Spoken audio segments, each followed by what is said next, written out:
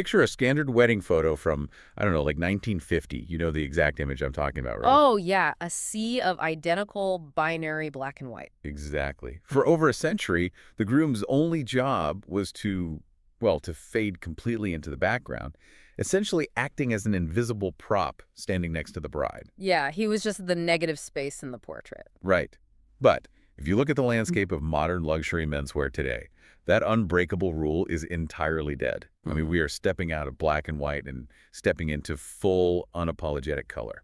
So, welcome to the deep dive. We have a really fascinating aesthetic and cultural shift to explore today. We do. And the source material we are pulling from today is it's a comprehensive luxury style guide and trend report looking specifically at the 2026 wedding menswear forecasts.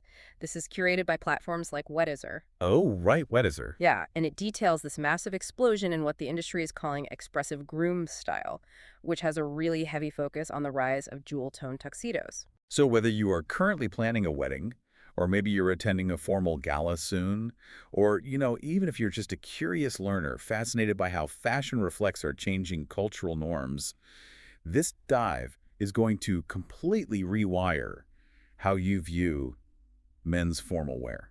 It really is. We are unpacking the end of the traditional penguin suit and the rise of personality and, frankly, confidence in menswear. And to understand the magnitude of this shift, we really have to look backward before we look forward, because the black tuxedo wasn't always the default. Wait, really? It feels like it's been around forever. It does, but prior to the 19th century, men's formal wear was actually incredibly vibrant. Think of the 18th century courts. Men wore silks, velvets, bright purples, pinks, heavy embroidery. Oh, wow. I mean, that's a completely different vibe. Very different. It was an era of intense sartorial expression. But then came this historical phenomenon sociologists call the Great Male Renunciation in the 1800s. The Great Male Renunciation. That sounds so dramatic. It was. It was heavily influenced by figures like Beau Brummel. Basically, men abandoned bright colors and ornate fabrics in favor of dark, understated tailoring. Hmm. Why, though? The goal became democratic uniformity.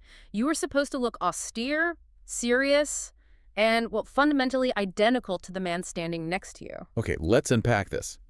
Historically, over the last 100 years or so, the groom's attire acted like a plain black frame. Yeah. The entire purpose was to highlight the masterpiece painting, which is the bride. The groom wasn't supposed to draw the eye because his clothing represented this solemn, uniform submission to the institution of marriage. Right. But based on the Weddizer reports we're looking at, modern grooms are deciding they no longer want to be the frame. I mean, they want to be part of the painting itself. Couples today are demanding weddings that feel highly personalized, unique, and, cohesive from every angle. What's fascinating here is the psychological and sociological shift driving this departure from the black frame.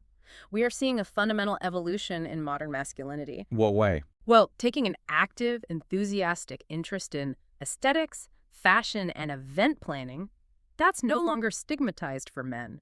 Grooms are heavily involved in the visual narrative of their weddings now. Yeah, that makes a lot of sense. And couple that with the environment where these narratives are actually displayed, right? Instagram, Pinterest, TikTok. Oh, absolutely. Social media changes everything.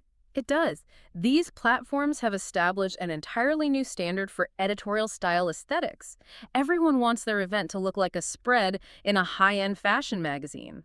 And the black tuxedo actually creates a visual problem in that editorial context. Like if the bride is wearing a highly intricate custom architectural gown and the venue is just dripping in elaborate immersive floral installations. A standard rented black suit looks totally out of place. Right. It drags the aesthetic down. It feels like an afterthought in a room where literally every other detail was painstakingly curated. Exactly.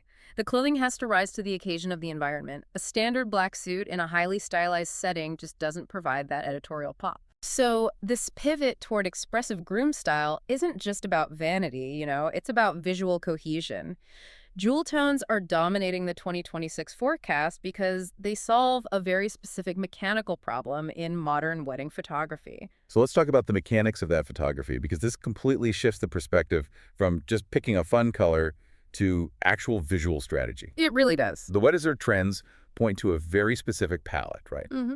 Emerald green, sapphire blue, burgundy, and plum. Yes, those four are the standouts. And instead of just walking through these as a list of colors, we need to look at why these specific jewel tones are outperforming standard black.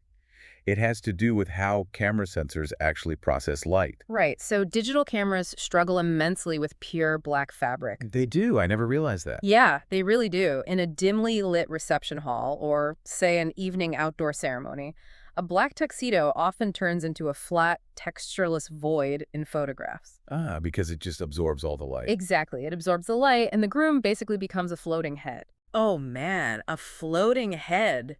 That's a photographer's nightmare. Totally. But jewel tones fundamentally change how the camera interacts with the subject. Sapphire blue, for example, is heavily favored for evening events because it gives the digital sensor something to read. Okay, so it bounces light back. Exactly.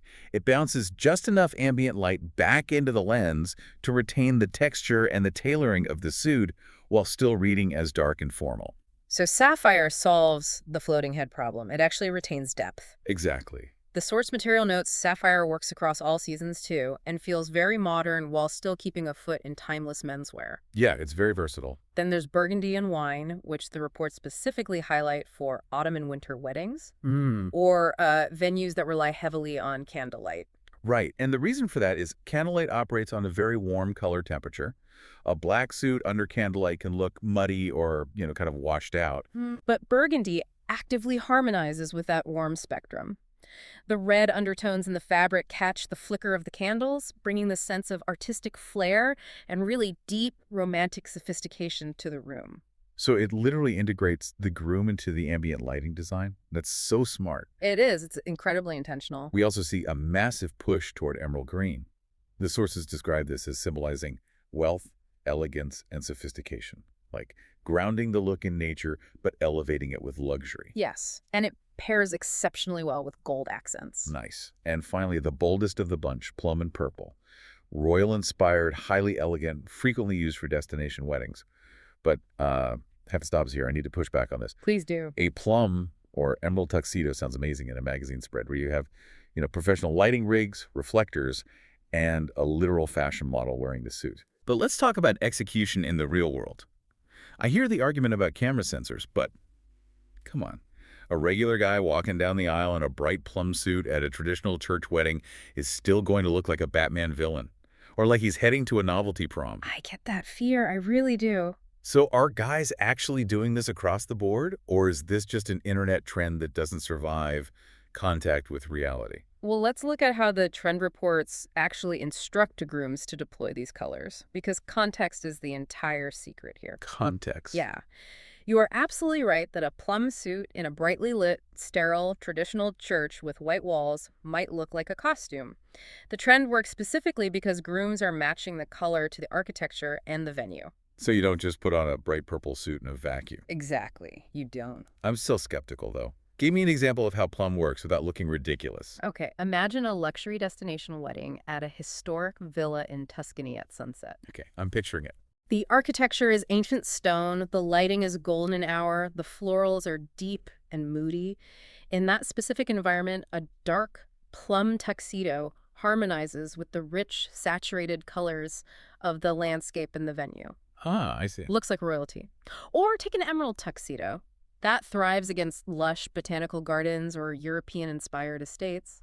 The groom is choosing a color to become a piece of the set design. So if you put that same emerald tuxedo under the harsh fluorescent lights of a standard banquet hall. Yes, it will look completely out of place. The environment demands the color.